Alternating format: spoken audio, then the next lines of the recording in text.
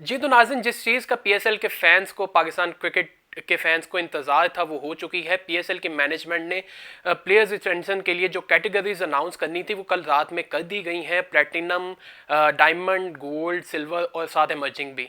जो रूल है पहले मैं आपको वो बता देता हूँ कि किस तरह से जो है वो रिटेंशंस होंगी और किस किस कैटेगरीज में जो है वो आप प्लेयर्स को रिटेन कर सकते हैं। तो 4 प्लेयर्स हर टीम ने रिटेन करने हैं, जो पहले की 6 टीम्स हैं, ताकि जो नई आने वाली 2 टीम्स हैं उनके लिए भी प्लेयर्स का एक जो पूल है वो बच जाए, वो बड़े नाम जो है वो अपनी टीम के अंदर रख सकें, ताकि उनकी भी एक ब्रांड वैल्यू बने और पीएसएल में एक बराबरी का एक जो लेवल प्लेइंग फील्ड है वो मिल सके।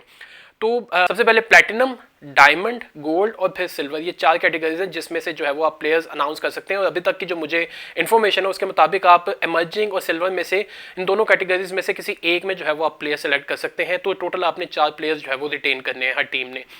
तो अभी जो कैटेगरीज अनाउंस की गई हैं पीएसएल मैनेजमेंट की जानिब से, उसके मुताबिक जो लाहौर और बाकी जितनी भी 6 टीम्स हैं पुरानी, वो क्या क्या प्लेयर्स रिटेन करेंगी और क्या क्या माइंडसेट हो सकता है, तो उन रिटेंशंस के मुतालिक बात कर लेते हैं। तो सबसे पहले जो है वो मैं स्टार्ट करना चाहूँगा लाहौर के साथ कि लाहौर कलंदर्स अपने किन प्लेयर्स को जो है वो रखेगी टीम के अंदर, किन प्लेयर्स को रिटेन करेगी। तो सबसे पहले तो ये है कि उनकी जो प्लेटिनम के अंदर जो प्लेयर्स आए हैं, उनके जो जिनको वो रिटेन करना चाहती हैं, उनमें एक पूल जो है बनता है, उनमें हारिस और शाहीन शाह अफरीदी और फ़खर जमान है। तीनों ही उनके कोर बैटर, उनके जो है वो प्लेयर हैं।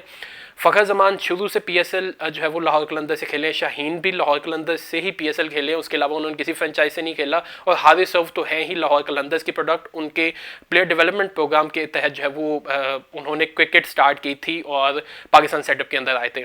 तो लाहौर के लिए बहुत मुश्किल होने वाला है, यूँ तो वैसे सभी टीम्स के लिए मुश्किल होने वाला है, लेकिन लाहौर कलंदर्स ने कुछ प्लेयर खुद से भी डेवलप किए जिसकी वजह से उनके लिए कुछ ज़्यादा जो है वो मुश्किलात का सबब ये रहेगा। तो शाहीन शाह अफरीदी हो सकते हैं कि जिनको प्लेटिनम के अंदर सेलेक्ट करेंगे और बाकी प्लेयर्स को उनको रिलीज़ करना पड़ेगा, फ़खर जमान और हारिस रऊफ को, क्योंकि शाहीन उनके कैप्टन भी हैं, उनके सबसे प्रीमियम जो है वो प्लेयर भी हैं, उनकी जो है वो सेलिंग कमोडिटी भी हैं, लाहौर कलंदर्स के ब्रांड की सेलिंग कमोडिटी हैं शाहीन शाह अफरीदी। और फिर उनके 3 टाइम के जो विनिंग कैप्टन है, पीएसएल विनिंग कैप्टन है, वो शाहीन शाह अफरीदी हैं। और मेरे ख्याल से वाहिद शाहीन शाह अफरीदी हैं कि जिन्होंने कोई एज कैप्टन 3 टाइटल जीते हों। तो शाहीन शाह अफरीदी बहुत ज़्यादा इंपॉर्टेंट बन जाते हैं। उसके बाद उनकी डायमंड कैटेगरी के अंदर आते हैं सलमान मिर्ज़ा और अब्दुल्ला शफीक। खैर अब्दुल्ला शफीक को क्यों जो है वो डायमंड कैटेगरी में रखा है, उनकी क्या परफॉर्मेंसेज हैं, आई डोंट नो, लेकिन अब्दुल्ला शफीक को डायमंड कैटेगरी के अंदर रखा गया। अगर लाहौर कलंदर के पर्सपेक्टिव से देखें तो अब्दुल्ला शफीक बहुत इंपॉर्टेंट प्लेयर हैं, मगर मैं यहाँ पे देखूंगा कि सलमान मिर्ज़ा की जो रिसेंट फॉर्म है और सलमान मिर्ज़ा जिस तरह से परफॉर्म कर चुके हैं, और प्ले ऑफ्स के अंदर पिछले साल उन्होंने लाहौर कलंदर के लिए जो परफॉर्मेंसेज दी थी और उनको टाइटल जितवाने में जितना अहम किरदार सलमान मिर्ज़ा ने अदा किया था, मैं यहाँ पे सलमान मिर्ज़ा को डायमंड कैटेगरी के अंदर जो है वो सिलेक्ट करूँगा। उसके बाद उनकी आ जाती है गोल्ड कैटेगरी। गोल्ड कैटेगरी में इनके पास जो प्लेयर्स हैं उनमें बनते हैं जी अपना जमान खान, जहांदाद खान, आसिफ अफरीदी और आसिफ अली। तो क्योंकि उनके पास पहली 2 फास्ट बॉलर हो चुके हैं और स्पिनर्स की उनको बड़ी ज़रूरत है। राशिद खान के जाने के बाद जो लाहौर कलंदर्स को एक सेटबैक हुआ था पिछले से पिछले साल के पीएसएल एडिशन के अंदर, तो उसके बाद उन्होंने पिछले साल आसिफ अफरीदी को, रिशाद हुसैन को ऐड किया था बतौर प्रॉपर स्पिनर्स। तो उन्होंने जो है वो उनकी टीम की कंपोजिशन के अंदर बड़ा अहम किरदार अदा किया था, रिशाद हुसैन ने भी और आसिफ अफरीदी ने भी। तो यहाँ पे मैं यूँ तो जमान खान एक बड़े इंटेग्रल जो है वो पार्ट बनते हैं लाहौर कलंदर्स के। और फिर बीबीएल के अंदर उन्होंने जिस तरह से वो 6 रन्स को डिफेंड किया था लास्ट ओवर के अंदर, वो भी बहुत दीदनी था। लेकिन मैं यहाँ पे आसिफ अफरीदी की तरफ जाना चाहूँगा क्योंकि लाहौर की कंपोजिशन फिर इन प्लेयर्स के तहत जो है वो बन सकेगी।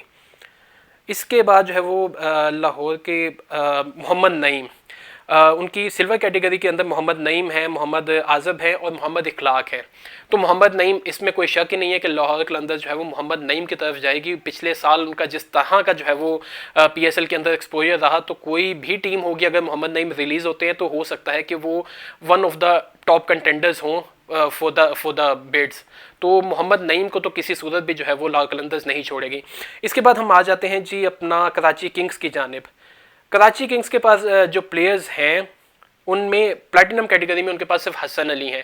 तो मेरे ख्याल से उनको वेट करना चाहिए जब पीएसएल की मैनेजमेंट अनाउंस करेगी फॉरेन प्लेयर्स के नाम, उनकी कैटेगरीज अनाउंस करेगी, तो उनको जेम्स विंस की तरफ जाना चाहिए प्लैटिनम कैटेगरी के अंदर, क्योंकि जेम्स विंस ही प्लैटिनम कैटेगरी में होंगे। हसन अली अच्छे प्लेयर हैं, अच्छी उनकी परफॉर्मेंस रही है पिछले 2 साल में कराची के लिए, मगर उतने अहम साबित नहीं होते। और फिर उनके पास डायमंड कैटेगरी के अंदर गालिबन अब्बास अफरीदी हैं, अब्बास अफरीदी और शान मसूद हैं कराची किंग्स की डायमंड कैटेगरी में। और और अब्बास अफरीदी बहुत जो है वो फ्यूचर स्टार उनके लिए हो सकते हैं, उनको लंबा सर्व कर सकते हैं। बॉलिंग ऑलराउंडर है, बहुत ज़बरदस्त जो है वो बॉलर भी हैं और फिर अच्छी down the order hitting ability भी उनके पास है। तो मैं अब्बास अफरीदी को जो है वो मतलब मैं अगर इस पर्सपेक्टिव से देखूँ तो कराची किंग्स के डायमंड कैटेगरी में मैं समझता हूँ कि अब्बास अफरीदी को होना चाहिए।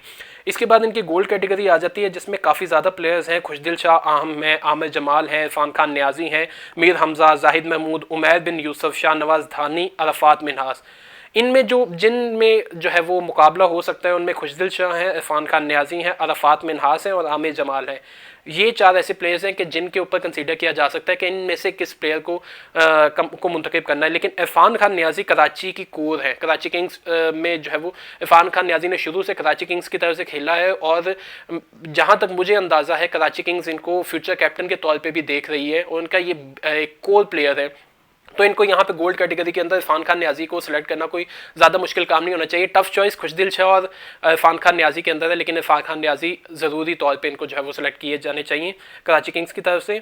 इसके बाद हमारे पास सिल्वर कैटेगरी में उनके पास मिर्ज़ा मामून है और इमर्जिंग कैटेगरी में उनके पास सात बेग, फवाद अली, रियाजुल्लाह। फवाद अली ने लास्ट ईयर जो है वो बॉलिंग के अंदर बड़ी अच्छी परफॉर्मेंस दी थी, फास्ट बॉलर है, मगर मैं जो समझता हूँ इस साल डोमेस्टिक के अंदर 7 बे की जिस तरह की परफॉर्मेंस है, फिर वो टॉप ऑर्डर बैट्समैन भी हैं। इसके साथ साथ जो है वो अगर उनको मिडिल ऑर्डर में आपने खिलाना हो वहाँ पे भी बैटिंग कर सकते हैं। इस साल उनकी जो बैटिंग फॉर्म रही है वो बहुत एक्स्ट्रा ऑर्डिनरी रही है पाकिस्तान डोमेस्टिक के अंदर। फिर वो विकेट कीपर बैट्समैन भी हैं और फिर फ्यूचर प्रॉस्पेक्ट भी हो सकते हैं फॉर द कैप्टेंसी। तो मेरे ख्याल से ये इनको यहाँ पे इमर्जिंग कैटेगरी में 7 बे को शामिल किया जाना चाहिए। सिल्वर कैटेगरी को जो है वो उसमें मिर्ज़ा मामून है, तो उनको ना भी रिटेन करे तो कोई इतना मसला नहीं है। इसके बाद हम आ जाते हैं जी मुल्तान सुल्तान्स के ऊपर। मुल्तान सुल्तान की के साथ एक ट्रेजेडी ये है कि उनके जो ऑनर थे अली तरीन, उनको जो है वो निकाल दिया गया है और अब इस साल जो रिटेंशन होगी, क्योंकि मुल्तान सुल्तान की अभी बिड होनी है, ऑक्शन होना है, तो मुल्तान सुल्तान की जो रिटेंशन हैं वो पीसीबी के कुछ लोग, एक कमेटी बनाई जाएगी जो कि वो लोग सेलेक्ट करेंगे, उनके रिटेंशंस भी वो करेंगे और फिर जिस दिन ऑक्शन है 11 फरवरी को, उससे ही पहले जो है वो कुछ देर पहले मुल्तान सुल्तान की जो है वो उनकी भी नीलामी की जाएगी और फिर तब उनके जो भी ऑनर होंगे वो आएंगे। तो उनके लिए बड़ा मुश्किल होगा कि वो जो है वो अपनी एक टीम बना के ऑन द स्पॉट एक प्लानिंग के तहत जो है वो, क्योंकि कोई नहीं पता किसने जो है वो टीम को ख़रीदना है, तो एक बड़ा मुश्किल जो है वो मुल्तान सुल्तान के लिए मरहला होगा। तो इसमें ज़्यादातर उनको पीसीबी ही जो है वो सपोर्ट करेगी। पीसीबी ही उनकी जितनी भी रिटेंशन और जो भी मामला थे वो ज़्यादातर पीसीबी उनको सपोर्ट करेगी। तो मुल्तान सुल्तान की रिटेंशन के ऊपर अगर बात की जाए तो इनके पास प्लैटिनम कैटेगरी के अंदर सिर्फ मोहम्मद रिजवान है और मोहम्मद रिजवान इनके कैप्टन भी हैं। इनका जो है वो इनकी सबसे हॉट सेलिंग कमोडिटी भी है मुल्तान सुल्तान की। तो मेरे ख्याल से अभी क्योंकि रिजवान की इतनी वर्थ नहीं है, मगर फिर भी जो है वो पाकिस्तान के अंदर रिजवान के फैंस और एक उनका एक औरा तो है, तो आप जो है वो मुल्तान सुल्तान को रिजवान के साथ ही न जाना चाहिए, बहुत ज़्यादा छेड़छाड़ नहीं करनी चाहिए। उनको कैप्टन भी रिटेन करें, उनको as a player platinum category के अंदर भी रिटेन करें। फिर आ जाती है उनकी डायमंड कैटेगरी। डायमंड कैटेगरी में मुल्तान सुल्तान के पास है उसामा मीर, इफ्तिखार अहमद और उस्मान खान। तो यहाँ पे जो मुझे लगता है इनको उस्मान खान इनके बहुत इंटेग्रल पार्ट रहे हैं। इफ्तिखार अहमद भी सही है, उसामा मीर भी अच्छे प्लेयर, लेकिन उसामा मीर की जगह पे मैं एक सिल्वर या गोल्ड कैटेगरी के अंदर मैं फैसल अकरम को देखना चाहूँगा। तो उसामा मीर को जो है वो हमें बाय करना पड़ेगा। उस्मान खान इनका जो है वो एक अहम पार्ट हो सकते हैं। इनको डायमंड के अंदर उस्मान खान को रिटेन करना चाहिए। उसके बाद इनके पास मुल्तान सुल्तान के पास कामरान गुलाम, मोहम्मद हसनैन, फैसल अकरम, आकिफ जावेद और तैयब ताहिर हैं गोल्ड कैटेगरी के अंदर। यहाँ पे इनको फैसल अकरम की तरफ जाना चाहिए।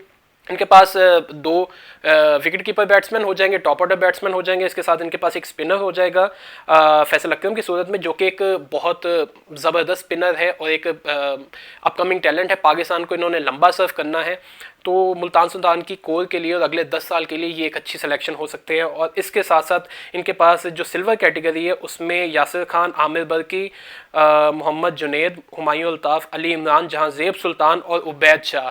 नो डाउट किसी से भी आप पूछ लेंगे, किसी से भी आप बात कर लेंगे कि मुल्तान सुल्तान को इन प्लेयर्स में सिल्वर कैटेगरी में किस प्लेयर को जो है वो रिटेन करना चाहिए, तो वो एक ही नाम लेंगे कि वो उबैद शाह होना चाहिए। इवन किसी भी कैटेगरी में हो तो उबैद शाह को कोई भी नहीं चाहेगा कि मुल्तान सुल्तान से जो है वो ड्रॉप हो, उनको रिटेन किया जाना चाहिए, उनको ही रिटेन करना चाहिए इनको।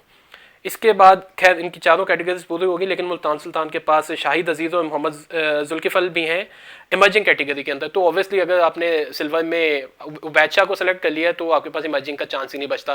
तो ये हमने 3 टीम्स की जो है वो रिटेंशन अनाउंस की हैं। कोयटा ग्लैडिएटर्स, इस्लामाबाद यूनाइटेड और पेशावर ज़ल्मी की रिटेंशन अभी अनाउंस नहीं की, अभी मैंने नहीं बताई। वो उनके लिए मैं एक सेपरेट वीडियो बनाना चाहूँगा, तीनों की अलग अलग वीडियो बनाना चाहूँगा, क्योंकि उनका जो है वो बड़े इंपॉर्टेंट कुछ न्यूज़ हैं जो कि उसके साथ अटैच करनी है। तो अभी नहीं, उनकी जो है वो मैं बाद में अलहदा वीडियो बना के पेशावर की, कोयटा की और इस्लामाबाद के रिटेंशंस और उनको क्या सिचुएशन है, उस सिचुएशन के तहत उनको किन प्लेयर्स को रिटेन करना चाहिए, तो उसके ऊपर बाद में एक वीडियो आएगी।